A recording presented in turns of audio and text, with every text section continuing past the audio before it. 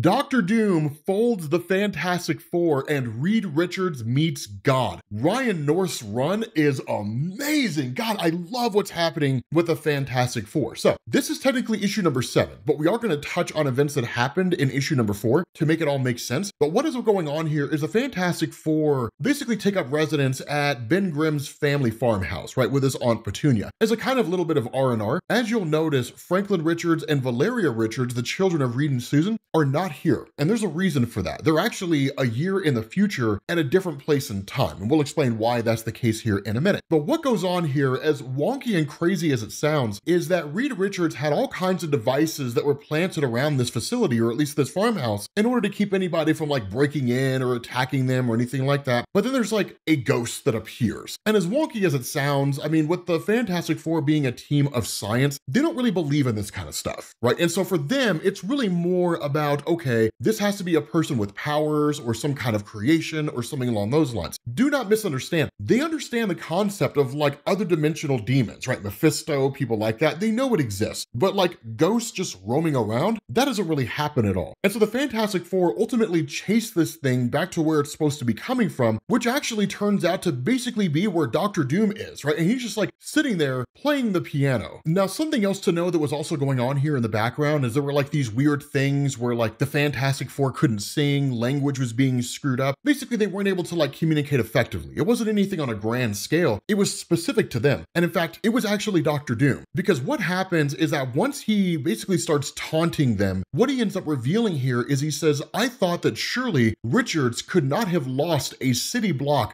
filled with his own children. Surely the Fantastic Four would not be reduced to beggars. You were up to something. And Doom does not fall into traps. And so I watched and I waited. And he says, Dr. Storm's desperate move to block out the sun was what convinced me. Your little clique stumbling into global extinction by accident. Nobody could fake that level of incompetence. I built my ghost, quote unquote, a being of science and sorcery to introduce nanites into your bodies. It was the obvious choice, given how you just demonstrated on a global stage precisely how vulnerable you are to something small, independent, and self-powered. They've been removed, incidentally. You may now both move and speak. In his magnanimity, Doom permits you to beg. Now, here's what Doom's talking about here, because I know that statement of like losing the kids and so on probably kind of took you for a little bit of a loop. In Fantastic Four issue number 4 of the same run, what had happened is that Annihilus and his forces from the negative zone had invaded Earth. Now, it was not like a full contingent of Annihilus's forces, right? I mean, the annihilation wave is trillions strong, right? So if the full annihilation wave descended on Earth, I mean, it would wipe out the planet within a minute or two, right? So it was basically a small little invasion force. What ended up happening is Reed Richards realized that he couldn't really defeat the annihilation wave or Annihilus in the traditional sense. The only thing he could really do is buy them time and just kind of like trap them out in space. And so he developed a new form of time travel. Now, the way that time travel traditionally works within Marvel Comics is that if it's 2024 right now, at the time that I'm recording this video, and you went back to 1924, of course, the world would look very different 100 years ago. But that's also because you're not just traveling through time, you're traveling through space, because the Earth and the sun and the universe move, right, at like incredible speeds. And so the question that Reed had is, what would happen if we took away the space component, right? Like if you just sent a person through time and they're standing here right now, and then suddenly they're however many years ago in this exact moment, what would that look like? And that's exactly what he did. That what ended up happening is that Reed Richards manipulated time around Annihilus and his forces so that when they were quote unquote sent through time, yes, they arrived in where New York should be, but the Earth and the sun and everything had just continued moving through space. So they were just like floating through deep space, essentially, is really all it was. Now for Valeria and Franklin and them, what Reed had done is he had actually shotgunned them into the future so that much like a vehicle coming down the road to pick you up and you just jump into the car, that Earth would eventually quote unquote catch up with where Franklin and Valeria were at, and then they'd be rescued by the Fantastic Four. For them, it would have been mere moments, right? But for like Reed Richards and Susan and everybody on Earth, a full year would have passed, right? A rotation around the sun, essentially. And this happens for two reasons. The first is because Dr. Doom sees it as a very, very risky thing to do, right? To just like jettison your kids through time into the future and then pick them up a year later, hoping that they're not dead or they're still there or any number of things. The second is because Dr. Doom sees Valeria Richards as, in a lot of ways, his goddaughter, in the sense that number one, he was instrumental in helping Susan Storm give birth to Valeria, but two, he respects Valeria's intelligence. And so with Reed Richards being so reckless, Dr. Doom sees them as failures. And that's why he says, I'm here to do what that ridiculous mate of yours deemed impossible. Doom will save her. Doom will save them all. Now, Reed tries to warn him, right? He's like, no, right? Like, I literally just invented this. It's not stable. Any new time travel risks damaging anything that was done. Like, we don't know the end result of this. It was done in the heat of the moment. I had to think of it on the spot. It takes a lot more planning and there's a lot more understanding that needs to be done. And Dr. Doom has like the best response to this. Dr. Doom says, please, I am profoundly aware of your limitations, Richards. What I propose is to transcend them. And where Reed says you don't understand, right? It can't be done. Any disturbance to time could alter the moment of their arrival, and the target is the size of an electron. They could arrive in space or fuse with mantle or magma or any number of things. This was very precise and calculated, albeit at spur of the moment. And Doom's like, enough, right? He's like, you respond to my brilliance by unfurling a litany of your own limitations as if they had any bearing on what I will do. I am the only one who can achieve this, Richards, succeeding where you have failed. But Doom tires of your protests and will let his actions speak for themselves. And he just like jumps through time. Now, what you do is you follow Dr. Doom as he goes through time and basically starts doing any number of things, crushing the Fantastic Four, killing all the superheroes on Earth, but it's cool because what he does is he arrives at the moment of the fight between the Fantastic Four and the Annihilation Wave. And he's like, okay, so here's the thing, right? Instead of repairing this hopeless device, Dr. Doom will simply just render the device unnecessary. I will destroy the Annihilation Wave so that Reed Richards will never have a reason to send his kids into the future in the first place. And Dr. Doom does that, but then like the Fantastic Four realize he's there. And so this creates a sense of urgency, right? Reed Richards, this is hilarious. Reed Richards is like, we have to move fast, right? Do you guys trust me? And they're like, sure. And it's like, okay, cool. I'm gonna activate this remotely, and like presses the button and like it all goes sideways, right? Like Doom ends up out in space with everybody else. So Dr. Doom's like, okay, cool. Like this guy did it anyway. He teleported us into space, trapping his family in time. No matter, for Doom can simply go back and do better, right? He does exactly what he did before. He attacks the Annihilation Wave. He destroys Annihilus. And then he takes the remote away from Reed Richards and is like, you're not going to need this, right? And so Reed's like, we have to get clear. Without the remote, my device will activate itself. And Dr. Doom's like, damn it.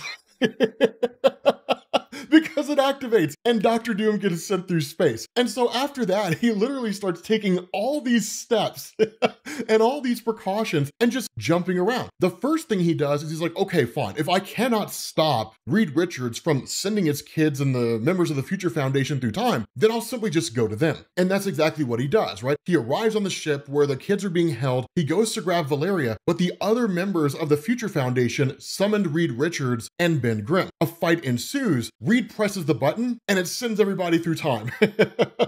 And so ultimately Dr. Doom is like, fine. So he grabs Valeria, he goes to leave. Reed shows up again and the situation repeats itself, except this time Ben Grimm is the one who presses the button, or Johnny Storm, or Susan Storm, but it always gets pressed. And so he's like, the problem is obvious. This world is already in a fatal state. It's too far gone. Any chance is useless. Its final configuration now inevitable. To save Valeria, Doom must prevent events from ever getting this bad in the first place, right? And so he goes like all the way back through these series of events, but he's like, no matter what I attempt and what I improve, either Valeria is lost with Earth, with the entire galaxy, or both survive and the negative zone invades anyway. No timelines go better and all of them go worse. Like all the members of the Fantastic Four get killed. With him going back in time and making changes to everything, it's screwing everything everything up. And so he's like, it is, as I say, intolerable. I go back further. Doom shall not be denied. Some interventions appear to work, but a return to the present still reveals a world worse than the one that I left. Because one of the things that happens, for example, is the Latverian citizens actually turn against Dr. Doom, they cast him off, and then they embrace democracy, right? He's like, well, I mean, I'm not gonna lose my empire. So surely that's a terrible universe that we're talking about here, right? A terrible timeline. And so he says, Valeria suffers. She dies 1,000 times. The planet dies 1,000 more. I undo them all. Because one of the things to keep in mind is that every time Dr. Doom goes back in time and changes something, he creates a branch universe. But it's very easy to get lost in this, right? If you have the main Marvel universe and Dr. Doom goes back in time, changes something, and creates a new branch on that universe, now he's in that new branch. He goes back in time and he changes something, he creates a branch of a branch. And then it's a branch of a branch of a branch. And it keeps going and spiraling and just creating all these crazy timelines and everything. And so that's why it turns into pandemonium like that, because it's absolute chaos and havoc being wreaked on the timeline. And so he says, I have all the time in the universe to try, and Doom does not fail. I spend years applying patches to causality, but no matter what I attempt, there is a constant that cannot be ignored. Endlessly, relentlessly, things always get worse. I perform wild interventions, preventing the Fantastic Four from forming in the first place, denying them their greatest victories, ensuring Valeria's birth through other means. Yet always, always, I return to a world inferior to the one that I remember. In a universe where Galactus ran rampant, devoid of both life and light, I bring the full strength of my mind to bear against the problem. Now, this seems to actually reference that one-shot Dr. Doom comic that was written by Jonathan Hickman, where Dr. Doom is like the last being standing in a cosmos, facing off against Galactus and all the other cosmic entities. I wouldn't swear to that, but the story was so cool, it'd be great if Ryan North tied into it. But he says, logically, if my every intervention makes things worse, then things must already be the best they can be for me. There are only two ways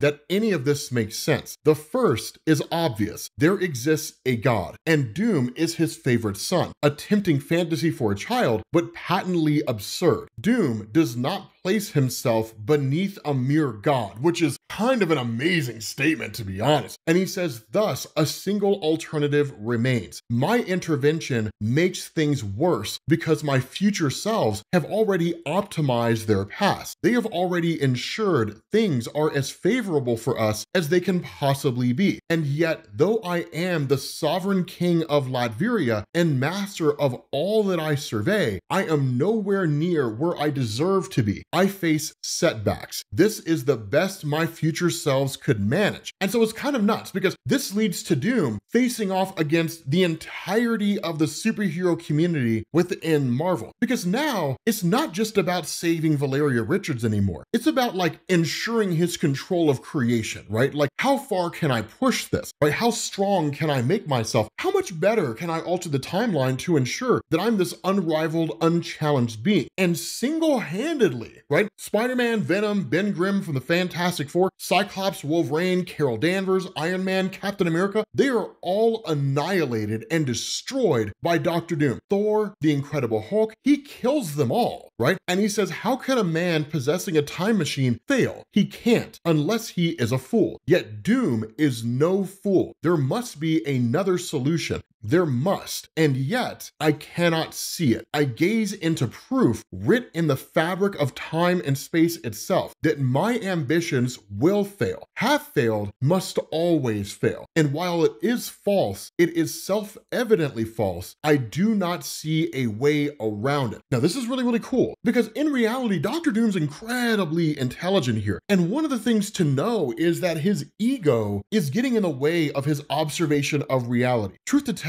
there is no way for Dr. Doom to guarantee himself full godhood. He is always destined to lose. And you can look at this through a couple of different lenses. Truth to tell, if we wanted to take a kind of Gwenpool or Deadpool kills the Marvel Universe approach, we could say that like Dr. Doom is unaware of the fact that he is a fictional character in a fictional universe written in such a way that he will never win. But the other part of this is you could simply just say that Dr. Doom's ambition and his desire to control time, time, an uncontrollable living organism as it was established in the Age of Ultron story arc, that it can't be done. He cannot bend time to his will. He can manipulate it. He can open a portal that goes from this time to that time, but he can't control all of time in and of itself and rewrite reality in such a way that it sees him as his absolute ruler without someone coming along and changing things. And so because of that, Doom comes to this revelation, right, where he says, the idea becomes an obsession. I can't look past it, nor do I look away. It's a corrupting disease, a toxin curdling my focus, and Doom does not permit himself to be weakened. I must travel back to the start of this journey, prevent myself from undertaking it, thereby denying this malignancy its chance to infect me in the first place. It is a great sacrifice, my own existence pruned, but it ensures an even greater good. And so Dr. Doom literally goes back to the moment that he left. So for a very brief point in time, there's actually two Dr. Dooms occupying the same space. And what ends up happening here is that with Dr. Doom realizing that the nature of the enchantments on his armor prevent him from basically being attacked by the Fantastic Four in any meaningful way. It prevents Susan Storm from being able to like make a force field in his brain. Think of it as kind of like a force field essentially around Doom's armor. That what ends up happening is after experiencing all of this, Doom literally modifies his own armor to create a kind of weakness, just enough for Susan Storm to get in. And so when he initially intended to jump through time and all of this started in the first place, that actually Susan Storm basically penetrates his armor. And in doing so, like incapacitates him, takes him out, and is like, now you can either stay here and you can die, or you can leave and let us just enjoy our time together. And so of course, Dr. Doom ends up leaving. Now this takes us into Reed Richards meeting God. And I know it sounds crazy to say that it starts with an alien invasion, but it actually does. But it's not a traditional alien invasion. Instead, what ends up happening is these alien craft the size of protons, right? These astronomically small craft start crashing into Earth. Some of them hit Reed Richards, right? And he's just like, what in the heck is going on here? Now, Susan Storm, of course, creates a kind of giant funnel that basically catches these things. And they're just so astronomically small, you can literally store bunches of them. But all the alien in these craft are effectively dead, right? They're all essentially done for. And what ends up happening is that when the Fantastic Four finally find one of these craft, and then they literally blow it up to a regular size, they bring one of the aliens out and discover that it's actually alive, right? It is basically surviving. And so initially, like, it goes to like attack the Fantastic Four. And so what Reed does is he puts a sort of language device in place that allows them to communicate with the alien itself. And at that point, it apologizes, right? It's like, hey, look, I know that my response kind of seemed pretty extreme here, but the reality is like, I need to get out of this place, right? I have to go. And so what it does is it asks like, do you have particle accelerators here? And Reed's like, yeah, sure. Like we definitely have those things. And it's like, well, I need to use it. Now, the thing about this is the Fantastic Four are no fools. And so Susan Storm literally communicates to Reed and is like, okay, we need to be careful here, right? We don't know this thing. We don't know what its intentions are. We know what it's asking for, but a poorly used particle accelerator or an accelerator used for nefarious means could destroy the world, right? So we don't just hand this kind of technology over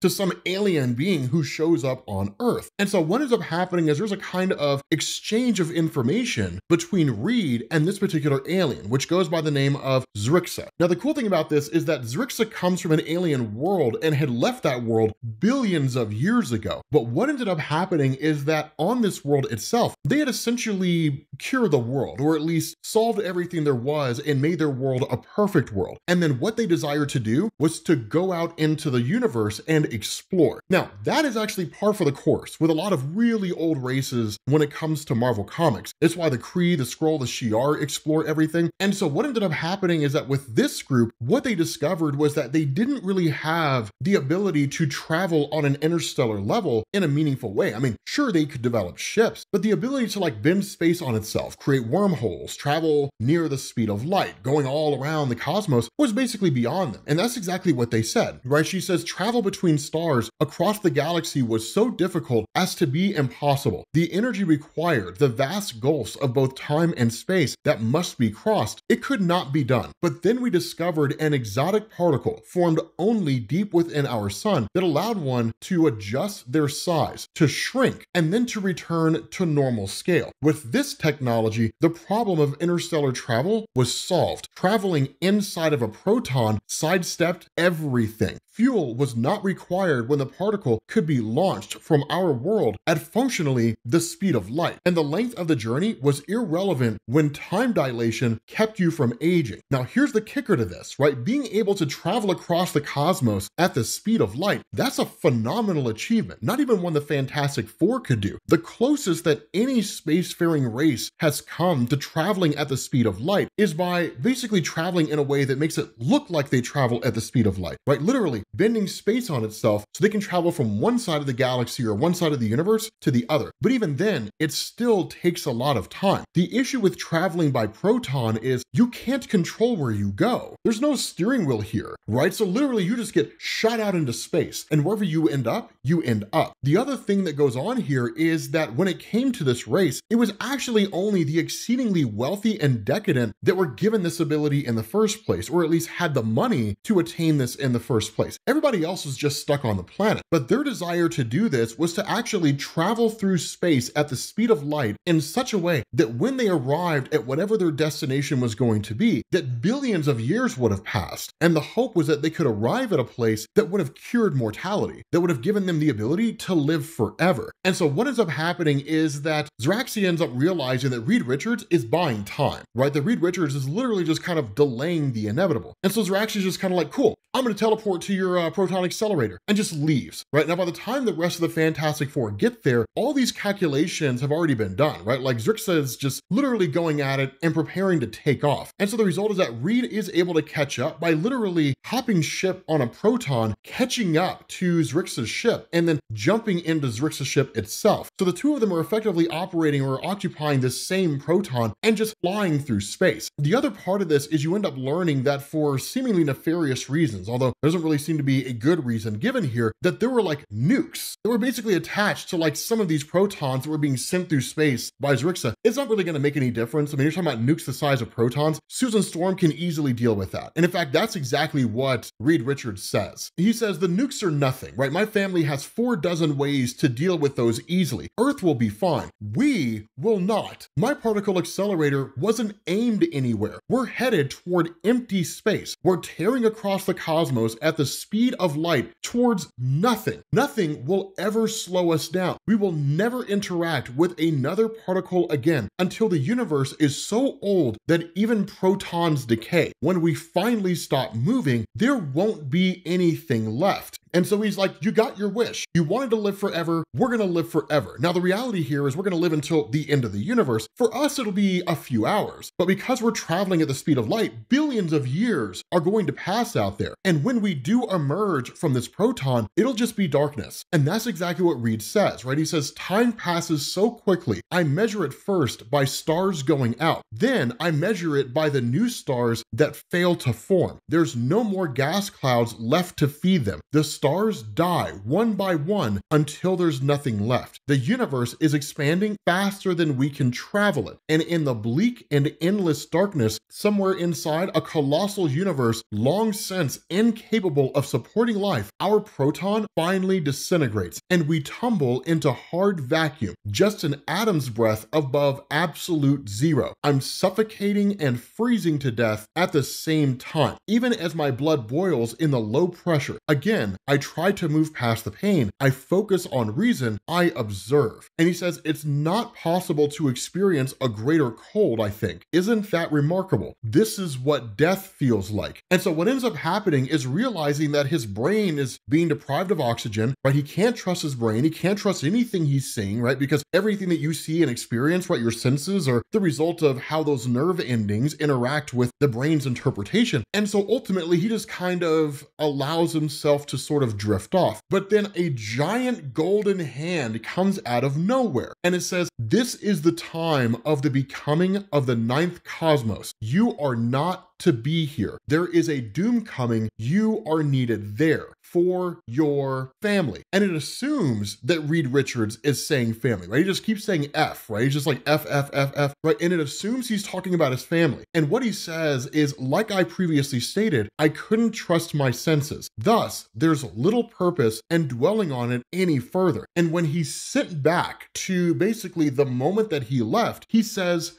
Franklin. Now, here's what that means, right? This is why this is so cool. Presumably, he saw Franklin Richards when the new cosmos was being created. Now, the reason why we say that is because in Marvel Comics, ever since his landmark run in the Fantastic Four, Jonathan Hickman established that Reed Richards' son, Franklin, will live to the very ending of all creation, right? Literally the ending of the universe, but he won't die. Instead, he and Galactus will merge into a new composite being, and they'll be born into this new universe based on whatever role they're going to take. And a lot of people take that information to assume that that being is going to be Galactus-like in nature, traveling around the cosmos, consuming, planets and stuff like that. But the reality here is we don't know what role that will be. We don't know if Franklin and Galactus merging into a new composite being means they would become the new eternity. They could become the new infinity, right? They could be a whole new cosmic being that's never existed in Marvel Comics before. There's any number of possibilities there. But in effect, by all standards of measurement, Reed is meeting God. But with that being said, guys, we're gonna bring this video to an end. I told you guys Ryan North is crazy. Let me know if you guys want me to cover the rest of this, because there's a point in his run when the Fantastic Four go to an alternate reality and all the superheroes are dinosaurs, and it is amazing. Dr. Doom is a T-Rex. It's so cool. Let me know what you guys think down in the comment section. Thank you all for watching, and I will catch you all later. Peace.